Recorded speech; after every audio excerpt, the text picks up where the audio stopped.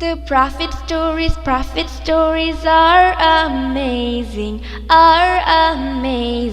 We like to hear the prophet stories.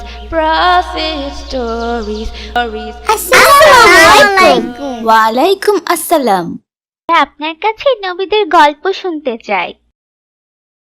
মাশাআল্লাহ, খুব ভালো। আজকে আমরা নবী মুসা ও হারুন আলাইহি ওয়াসাল্লামের গল্পের প্রথম অংশ শুনব। তোমরা শুনবে তো?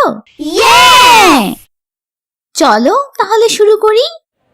বিসমিল্লাহ।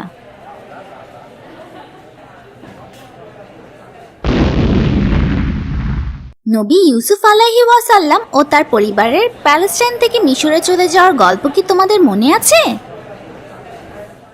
হ্যাঁ। এবং নবী ইসরাইল আলাইহি ওয়াসাল্লাম কে ছিলেন ও বনি ইসরাইল কারা তোমরা জানো? নবী ইয়াকুব আলাইহি ওয়াসাল্লামের আরেকটি নাম হলো নবী ইসরাইল এবং তার ছেলে মেয়েদের বনি ইসরাইল বা ইসরায়েলের ছেলে মেয়ে বলা হয়। মাশাআল্লাহ। মিশরে ইয়াকুব আলাইহি ওয়াসাল্লাম ও তার পরিবার অনেক বছর ভালোভাবে ছিলেন। ইয়াকুব আলাইহি ওয়াসাল্লামের কারণে মিশরের রাজা তাদের বিশেষ অতিথি হিসেবে গ্রহণ করেন। তার মৃত্যুর পর বনি ইসরায়েল ধীরে ধীরে মিশরের রাজা ফেরাউনের দাসে পরিণত হয়।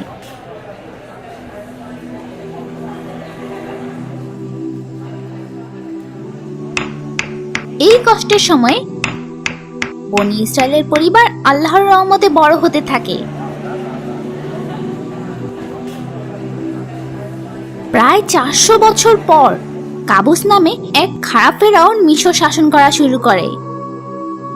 সে খুবই খারাপ শাসক ছিল। সে তার প্রজা ও বনি ইসরায়েলদের তাকে দেবতা মানতে বাধ্য করেছিল।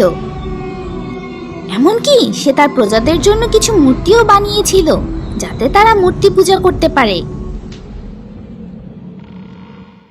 একদিন ফেরাউন স্বপ্নে দেখে যে প্যালেস্টাইন থেকে আগুন এসে মিশরের সব ঘর বাড়ি ও মূর্তি পুড়িয়ে ফেলছে, কিন্তু বনি ইসরায়েলদের কারো কোনো ক্ষতি হচ্ছে না। ঘুম থেকে উঠে তার স্বপ্নের অর্থ জানতে সে তার রাজ্যের সব থেকে বুদ্ধিমান লোকদের ডাকে।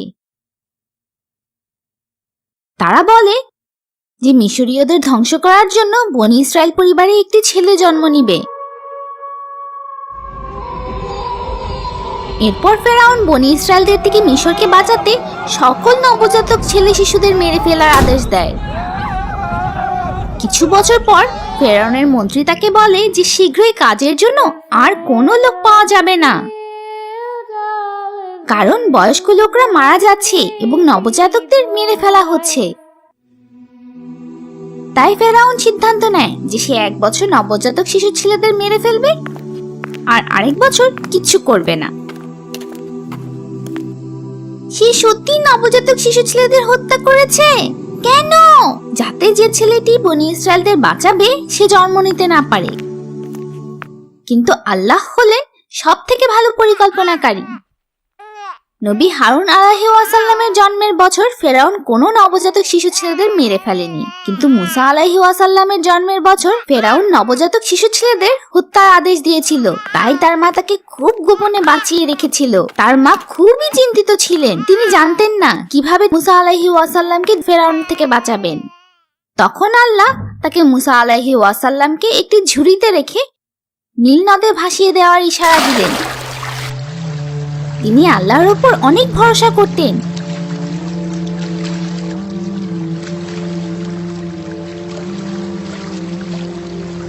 তাই তিনি আল্লাহর আদেশ মেনে নিলেন এবং তার মেয়েকে বললেন যাতে সে ঝুড়িটির পেছন পেছন যায়।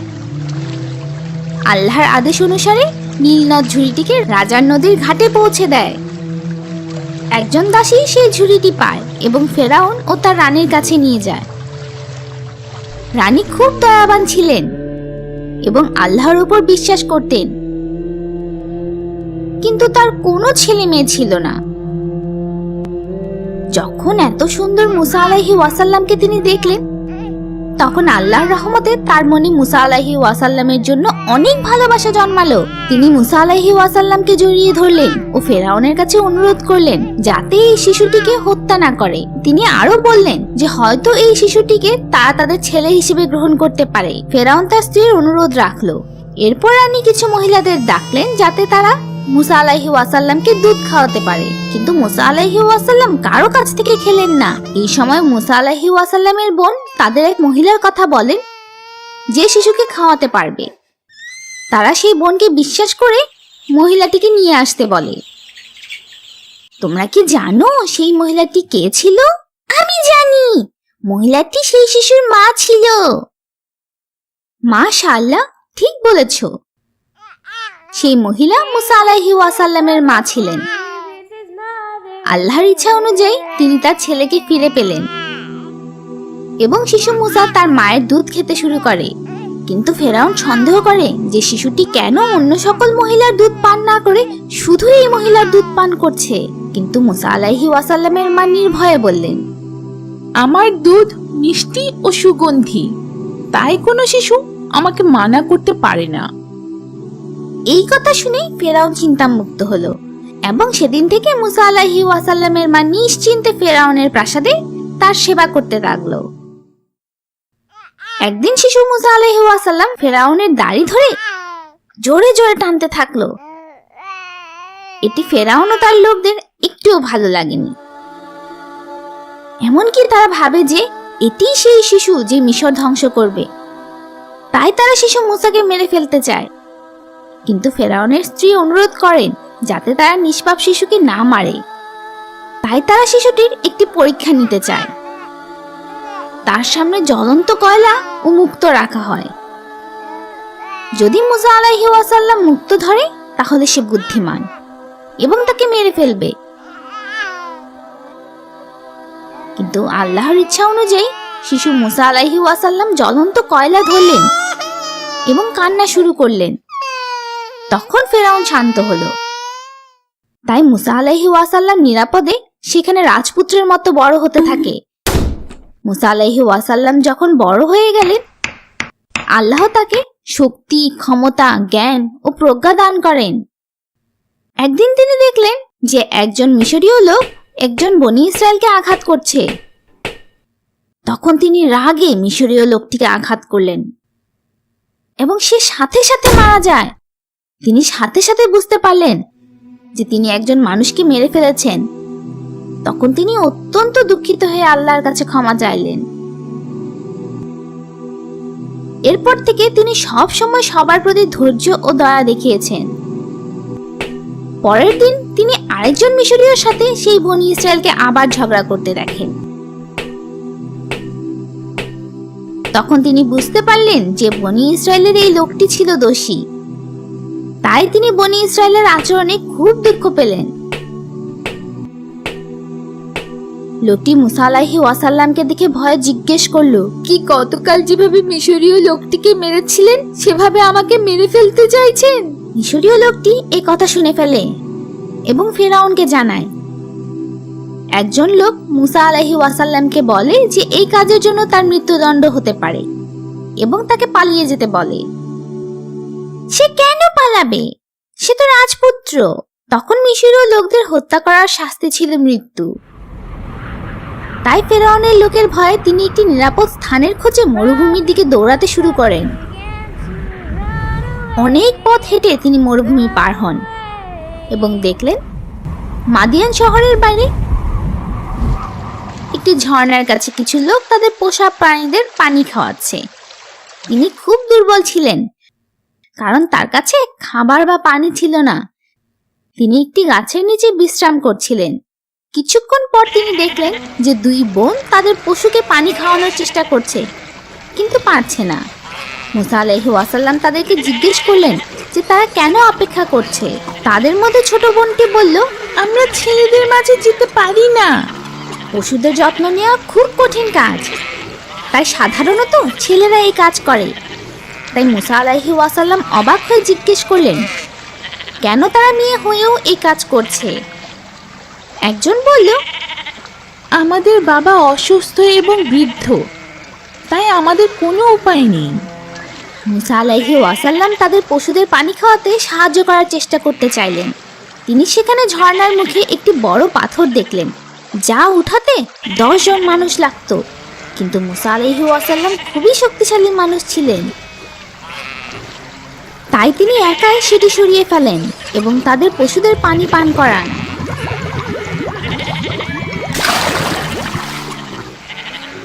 এরপর পাথরটি আবার আগের জায়গায় রেখে দেন। তিনি গাছের ছায়ায় ফিরে আসেন এবং আল্লাহর কাছে সাহায্য চাইলেন। সেই মেয়েদের তাড়াতাড়ি বাড়িতে ফিরতে দেখে তাদের বাবা খুবই অবাক হয়। তাদের বাবাকে তারা মুসা আলাইহি ওয়াসাল্লাম সম্পর্কে বলেন এবং তাদের বাবা মুসা আলাইহি ওয়াসাল্লাম তাদের দাওয়াত গ্রহণ করলেন এবং তাদের বাবাকে তার অবস্থা সম্পর্কে সব বললেন, এমনকি কেন তিনি মিশর থেকে পালিয়েছেন সেটিও বললেন। তখন বৃদ্ধ মানুষটি তাকে বলল, ভয় করো না, তুমি খারাপ রাজ্যের কাছ থেকে পালিয়েছো।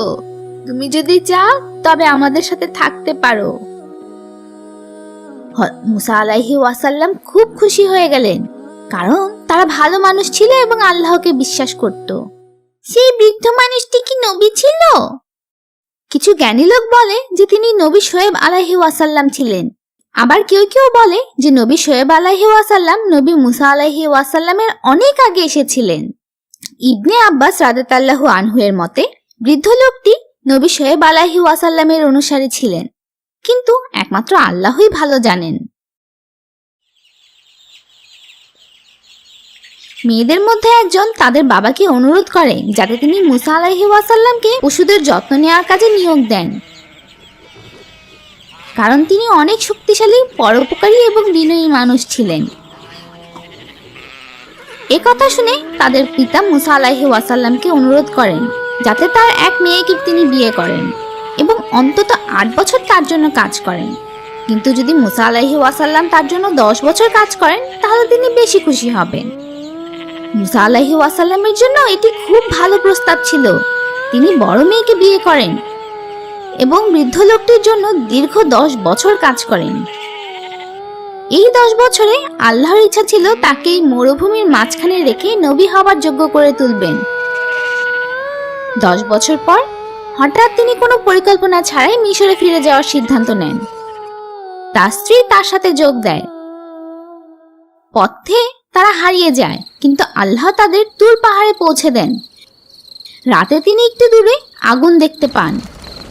আগুন নেওয়ার জন্য তিনি সেখানে যান এবং একটি কণ্ঠস্বর শুনতে পান। এই কণ্ঠস্বর আল্লাহর ছিল, যিনি বিশ্বজগতের সৃষ্টিকর্তা। তাদের কথার সময় আল্লাহ মুসা আলাইহি ওয়াসাল্লামের ডান হাতে থাকা লাঠিটি ফেলে দিতে বলেন। আশ্চর্যজনকভাবে লাঠিটি একটি সাপ হয়ে যায়। মুসা আলাইহি ওয়াসাল্লাম সাপ দেখে ভয় পান এবং দৌড়তে শুরু করেন। আল্লাহ তাকে ভয় পেতে মানা করেন এবং সাপটি ধরতে বলেন, এবং সাপটি আবার একটি লাঠি হয়ে যায়।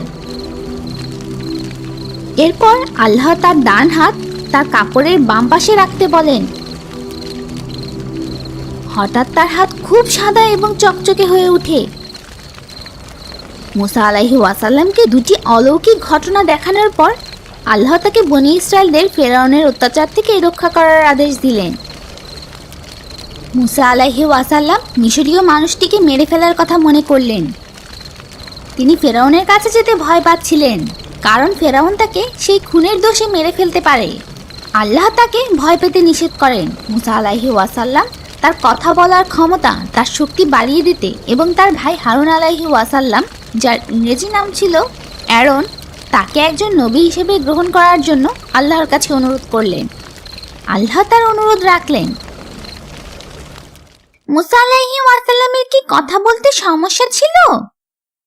ছোটবেলা থেকেই তিনি ভালোভাবে কথা বলতে পারতেন না। জ্বলন্ত কয়লা এবং মুক্তদ্বীপ পরীক্ষার কথা কি তোমাদের মনে আছে? হ্যাঁ। কিছু জ্ঞানী লোক বলেন যে সেই ঘটনায় তিনি তার মুখে জ্বলন্ত কয়লা নিয়েছিলেন এবং তার জিহ্বা পুড়ে যায়।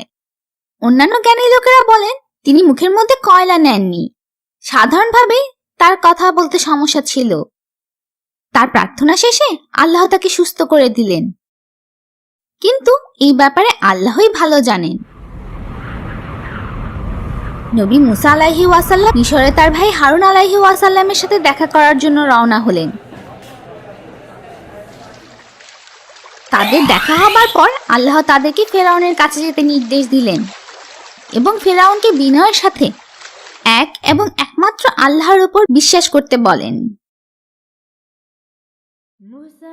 মুসা ও হারুন আলাইহি ওয়াসাল্লাম ফেরাউনের কাছে যায়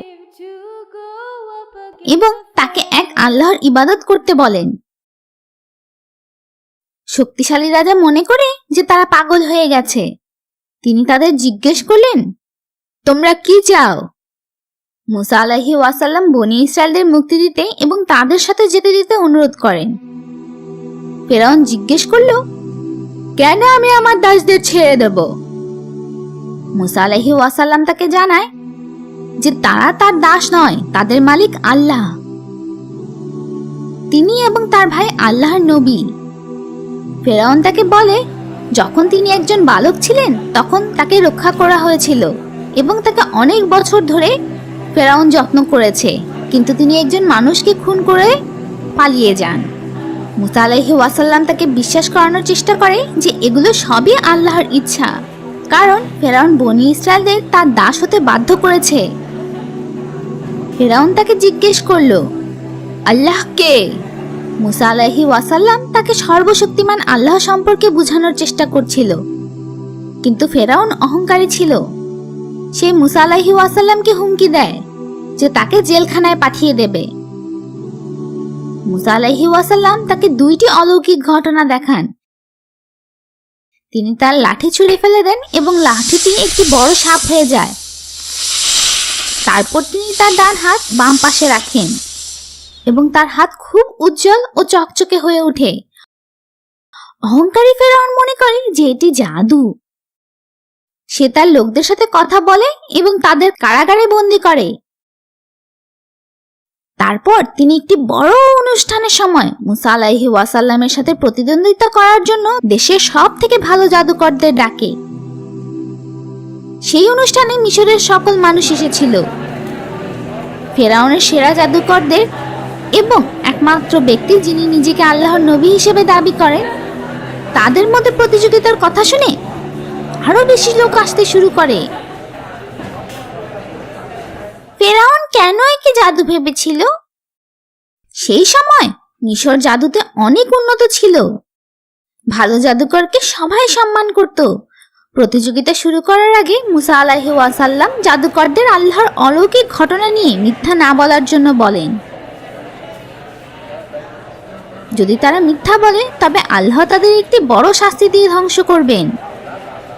মুসা আলাইহি ওয়াসাল্লামের কথায় তারা ভয় পায়, কিন্তু তারা টাকা এবং সম্পদের জন্য লোভ করে। তারা তাদের জাদু দেখাতে শুরু করে। প্রথমে তারা তাদের রশি মাটির ওপর ছুঁড়ে ফেলে। জাদুর বলে তাদের রশি সাপ হয়ে যায়। মানুষ তা দেখে অবাক হয়।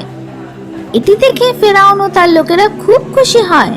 তারপর মুসা আলাইহি ওয়াসাল্লাম তার লাঠি ছুঁড়ে ফেলে দিলেন এবং এটি খুব বড় একটি সাপ হয়ে ওঠে এবং জাদুকরদের সাপগুলো খেয়ে ফেলে।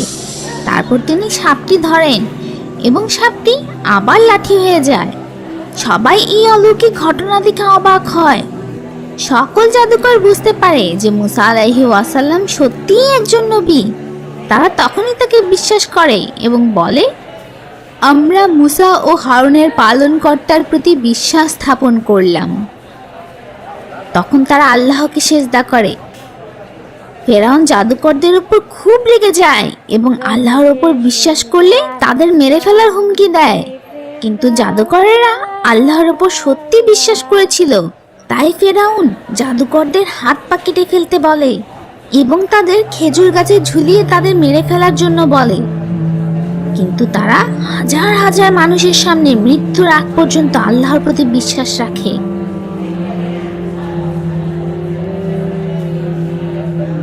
মানুষ সেই সময় কি করছিল? মানুষরা কিছুই করেনি। তারা সেখানেই দাঁড়িয়ে থাকে এবং এই ভয়ঙ্কর ঘটনা দেখে।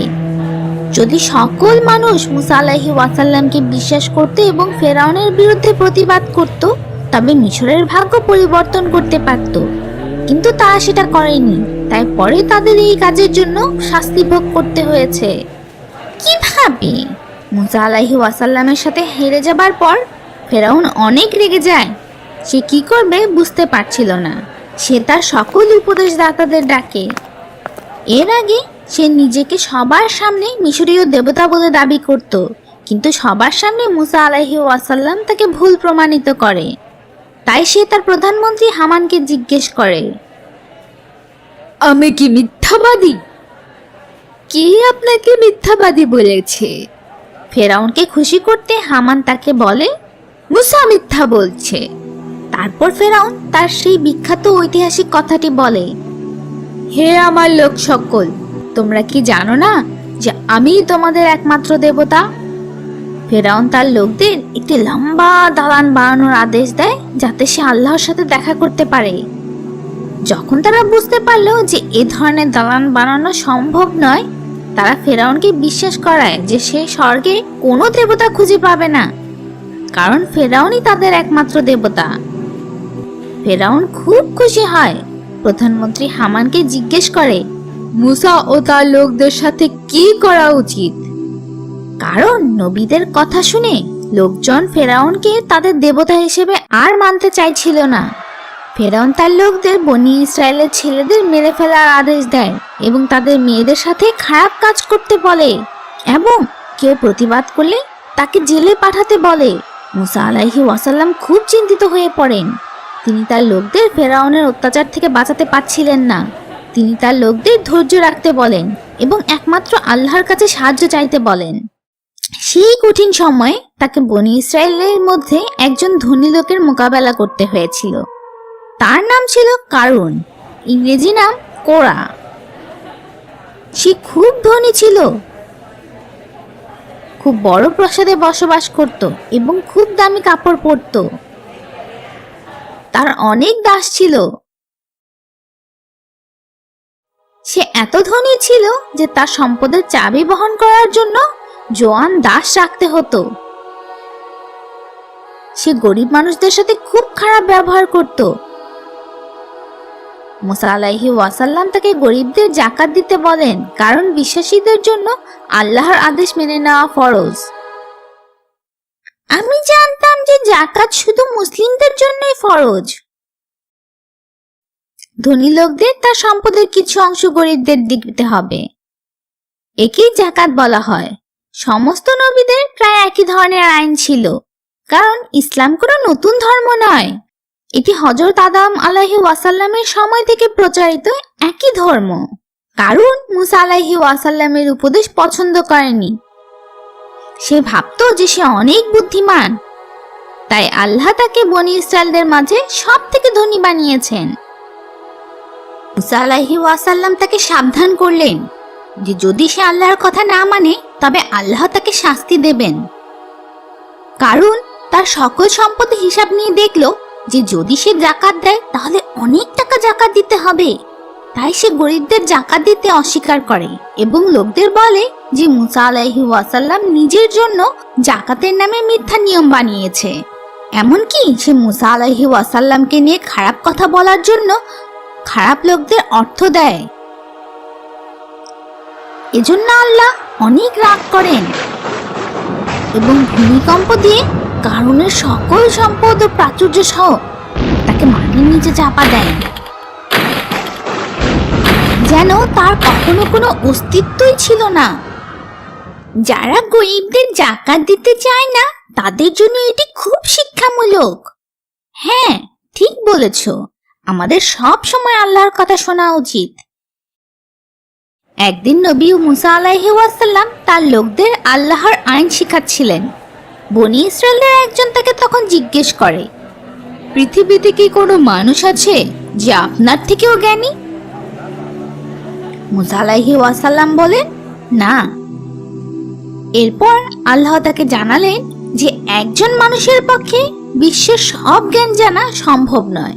খিজির আলাইহি ওয়াসাল্লাম নামে একজন ব্যক্তি আছে যার এমন কিছু জ্ঞান আছে যা মুসা আলাইহি ওয়াসাল্লামের নেই। মুসা আলাইহি ওয়াসাল্লাম তখন তার সাথে দেখা করতে চাইলেন। কিছু ইতিহাসবিদ বলেন তিনি সুদানের খার্তুমে গিয়েছিলেন, যেখানে নীল নদ ভাগ হয়ে গেছে। কিন্তু আল্লাহই ভালো জানেন। আল্লাহ তাকে তার সাথে একটি মাছ নিতে বলেন। যেখানে তিনি সেই মাছটি হারিয়ে ফেলবেন, সেখানেই তিনি খিজির আলাইহি ওয়াসাল্লামকে দেখতে পাবেন। পরের দিন তিনি ইয়াসা আলাইহি ওয়াসাল্লাম নামে একটি ছোট ছেলের সাথে যাত্রা শুরু করেন। তারা এমন একটি স্থানে পৌঁছায় যেখানে দুই নদী এক হয়ে গেছে এবং নবী সেখানে বিশ্রাম করতে চাইলেন। সেখানে মুসা আলাইহি ওয়াসাল্লাম কিছুক্ষণের জন্য ঘুমিয়ে পড়েন। এই সময় মুসা আলাইহি ওয়াসাল্লাম দেখতে পেলেন যে মাছটি লাফ দিয়ে নদীতে নামলো এবং জলের মাঝে চলে গেল। মাছটির পথে একটি গর্ত দেখা গেল, যা একটি সুড়ঙ্গের মতো দেখাচ্ছিল। তিনি মুসা আলাইহি ওয়াসাল্লামকে মাছটির বিষয়ে বলার জন্য অপেক্ষা করছিলেন, কিন্তু যখন মুসা আলাইহি ওয়াসাল্লাম জেগে উঠলেন তখন ইউসা আলাইহি ওয়াসাল্লাম তাকে বলতে ভুলে গেলেন। তাই তারা আবার চলতে শুরু করে। যখন তাদের খিদে পায় তখন মুসা আলাইহি ওয়াসাল্লাম খাবারের কথা জিজ্ঞেস করেন। তখন ইউসা আলাইহি ওয়াসাল্লাম তাকে মাছটি চলে যাওয়ার কথা বলে। তখনই তারা আগের জায়গায় ফিরে যায় এবং খিজির আলাইহি ওয়াসাল্লামকে দেখতে পান। তিনি একটি জামা পরে শুয়েছিলেন। দুজন নবীর দেখা হলো। মুসা আলাইহি ওয়াসাল্লাম খিজির আলাইহি ওয়াসাল্লামের কাছে কিছু শিখতে চাইলেন, কিন্তু খিজির আলাইহি ওয়াসাল্লাম তাকে সতর্ক করে দিলেন যে তাকে ধৈর্য রাখতে হবে। মুসা আলাইহি ওয়াসাল্লাম ধৈর্য ধরার এবং তাকে বিরক্ত না করার কথা মেনে নিলেন। তাই তারা নদীর তীর ধরে হাঁটতে শুরু করেন এবং একটি নৌকায় উঠেন। তারা একটি পাখিকে পানি পান করতে দেখেন। খিজির আলাইহি ওয়াসাল্লাম সমুদ্রের সাথে আল্লাহর জ্ঞানকে তুলনা করেন এবং আমাদের জ্ঞান সমুদ্র থেকে পাখির পান করা পানির মতো সামান্য বলেন। হঠাৎ তিনি তাদের নৌকায় একটি গর্ত করলেন। এটি দেখে মুসা আলাইহি ওয়াসাল্লাম চুপ থাকতে পারলেন না এবং খিজির আলাইহি ওয়াসাল্লামকে দোষ দিতে লাগলেন। তখন খিজির আলাইহি ওয়াসাল্লাম তাকে তার ধৈর্য ধরার কথা মনে করিয়ে দিলেন এবং মুসা আলাইহি ওয়াসাল্লাম দুঃখিত হলেন। তারা আবার হাঁটতে শুরু করলেন এবং একটি ছেলেকে খেলতে দেখেন। খিজির আলাইহি ওয়াসাল্লাম সেই ছেলেটিকে মেরে ফেলে। এই ভয়ঙ্কর ঘটনা দেখে মুসা আলাইহি ওয়াসাল্লাম আবার তার ওয়াদা ভুলে গেলেন এবং খিজির আলাইহি ওয়াসাল্লামকে দোষ দিতে শুরু করলেন। খিজির আলাইহি ওয়াসাল্লাম আবার তার ধৈর্য রাখার কথা মনে করিয়ে দিলেন এবং মুসা আলাইহি ওয়াসাল্লাম দুঃখ প্রকাশ করলেন। তিনি খিজির আলাইহি ওয়াসাল্লামকে অনুরোধ করলেন তাকে শেষবারের মতো সুযোগ দিতে। তারা এবার একটি গ্রামের পথে হাঁটা শুরু করেন এবং গ্রামবাসী থেকে কিছু খাবার চাইলেন, কিন্তু তারা তাদের কোনো খাবার দেয়নি। তারা খুব খারাপ মানুষ ছিল। তারপর মুসা ও খিজির আলাইহি ওয়াসাল্লাম একটি পুরনো দেয়াল দেখতে পেলেন, যা যে কোনো সময় ভেঙে যেতে পারে। তাই খিজির আলাইহি ওয়াসাল্লাম সেই দেয়ালটি বিনামূল্যে ঠিক করতে শুরু করলেন। মুসা আলাইহি ওয়াসাল্লাম আবার তার ওয়াদা ভুলে খিজির আলাইহি ওয়াসাল্লামকে জিজ্ঞেস করলেন যে কেন তিনি খারাপ মানুষদের জন্য বিনামূল্যে কাজ করছে, যারা এমনকি তাদের কোনো খাবার দিতে চায়নি। অবশেষে খিজির আলাইহি ওয়াসাল্লাম বললেন মুসা আলাইহি ওয়াসাল্লাম যেন চলে যায়, কারণ তিনি তার কথা মতো ধৈর্য রাখতে পারেননি। কেন মুসা আলাইহি ওয়াসাল্লাম তার ধৈর্য রাখতে পারেননি? কারণ তিনি ছিলেন আল্লাহর নবী এবং নবীরা কোনো রকম খারাপ কাজ সহ্য করে না। মুসা আলাইহি ওয়াসাল্লাম যখন দেখেন যে খিজির আলাইহি ওয়াসাল্লামের কাজ সঠিক নয়, তিনি একজন নবী হিসেবে তখনই তার অভিযোগ করেন। কেন খিজির আলাইহি ওয়াসাল্লাম খারাপ কাজ করছিলেন? তিনি কি মুসা আলাইহি ওয়াসাল্লামকে বলেছিলেন? হ্যাঁ, কারণ আল্লাহ তাকে কাজগুলো করতে বিশেষ জ্ঞান দিয়েছিল। দুইজন নবী একে অন্যের কাছ থেকে বিদায় নেওয়ার আগে খিজির আলাইহি ওয়াসাল্লাম মুসা আলাইহি ওয়াসাল্লামকে জানান যে কেন তিনি এসব করছিলেন। প্রথম কাজের কারণ একটি খারাপ রাজা ছিল যে নদী থেকে সব ভালো নৌকা নিয়ে যেত। তারা যে নৌকায় উঠেছিল সেই নৌকার মালিক খুব গরিব ছিল। তাই খারাপ রাজার থেকে নৌকা বাঁচাতে তিনি একটি ছোট ফুটো করে দেন। দ্বিতীয় কাজ, তিনি ছেলেটিকে মেরে ফেলেন, কারণ ছেলেটি যখন বড় হবে একজন অবিশ্বাসী এবং খুব খারাপ লোক হবে, সমাজের অনেক ক্ষতি করবে। যদিও তার বাবা মা খুব ধার্মিক ও ভালো মানুষ ছিল, তাই আল্লাহ তাদের খারাপ ছেলেকে মেরে ফেলে এবং একটি ভালো ছেলে দেয় যে ধার্মিক হয়ে বাবা মায়ের সেবা করে। তৃতীয় কাজের কারণ, দেয়ালের মালিক ছিল দুটি ছোট্ট ছেলে মেয়ে যাদের বাবা মা বেঁচে ছিল না, কিন্তু তারা অনেক ভালো ও ধার্মিক ছিল। তাদের বাবা মা তাদের জন্য এই দেয়ালের নিচে কিছু গুপ্তধন রেখেছিল, যদি দেয়াল ভেঙে যেত তাহলে অন্য লোকেরা গুপ্তধন নিয়ে যেত। তাই খিজির আলাইহিস সালাম বিনামূল্যে সেটি ঠিক করেন, যাতে তারা বড় না হওয়া পর্যন্ত গুপ্তধনগুলো লুকোনোই থাকে। এটিই ছিল আল্লাহর ইচ্ছা। বাহ, তাহলে তো তিনি কিছু খারাপ করেননি, এগুলো তো ভালো কাজ ছিল। হ্যাঁ, তিনি যা কিছু করেছেন সবই আল্লাহর ইচ্ছা ছিল।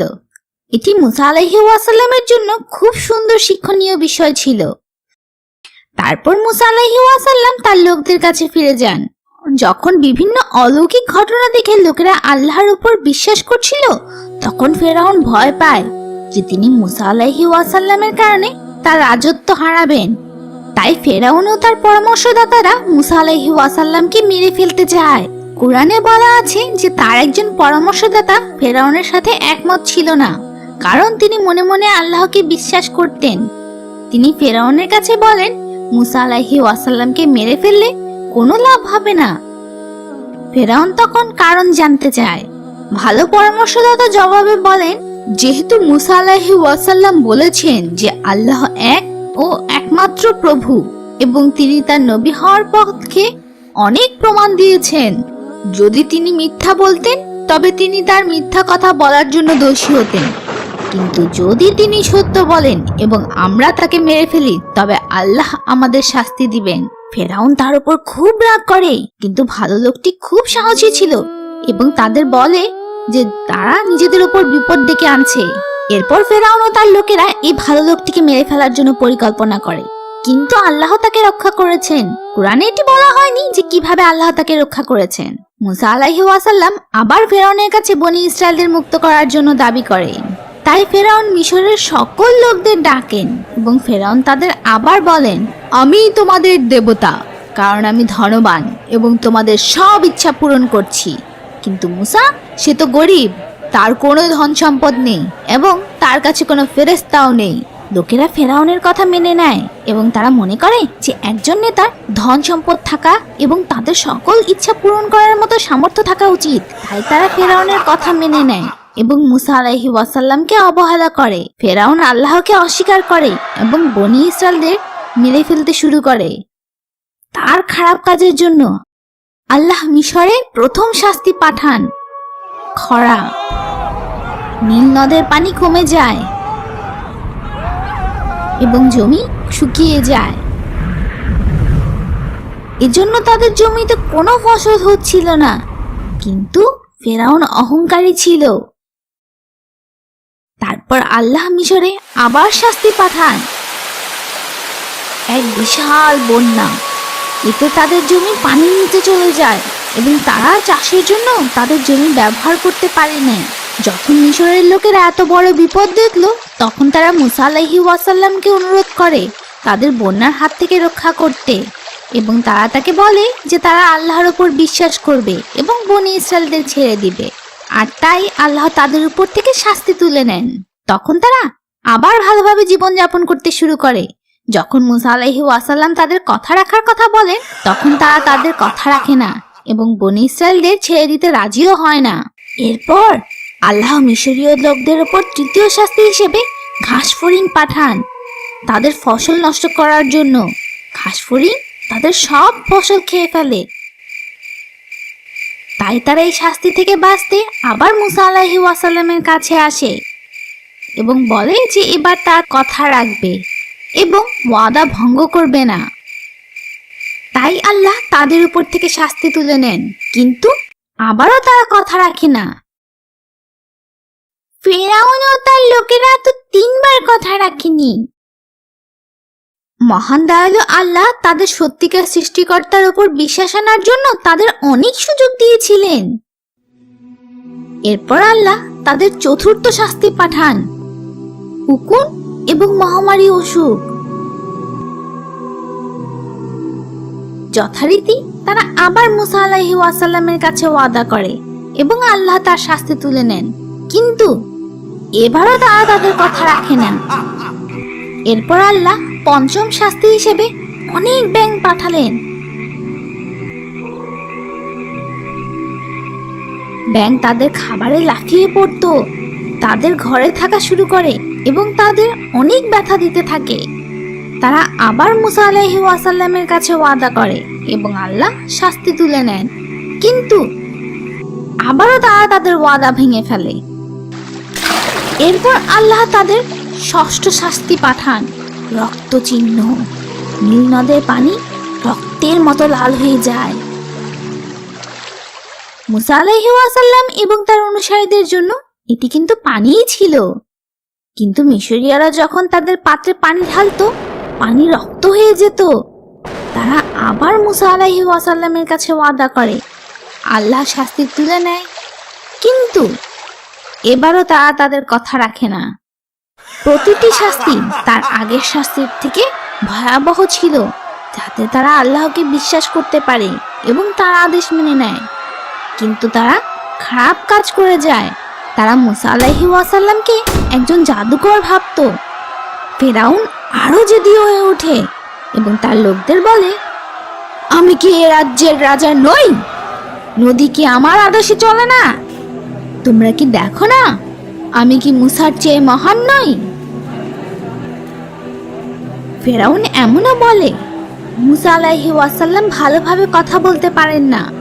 এই পুরো সময় শুধুমাত্র অল্প কিছু বনী ইসরায়েল খোলাখুলিভাবে ইসলাম গ্রহণ করে এবং অন্য সবাই ফেরাউনের কঠিন শাস্তির কারণে সবার সামনে নিজেদের মুসলিম বলতে ভয় পেত। মুসা ও হারুন আলাইহি ওয়াসাল্লাম আল্লাহর ইবাদতের জন্য কিছু ঘর বানান। তারা এটি বুঝতে পারছিল যে ফেরাউন মুসা আলাইহি ওয়াসাল্লামের ওপর কখনো বিশ্বাস করবে না এবং সে বনী ইসরায়েলদের উপর অত্যাচার করা বন্ধও করবে না। তাই মুসা আলাইহি ওয়াসাল্লাম ফেরাউন ও তার লোকদের সম্পদ ধ্বংস করার জন্য আল্লাহর কাছে দোয়া করেন এবং যাতে তারা আল্লাহর উপর বিশ্বাস করার আগে অনেক কষ্টের শাস্তি পায়। ফেরাউন খুব অহংকারী ছিল।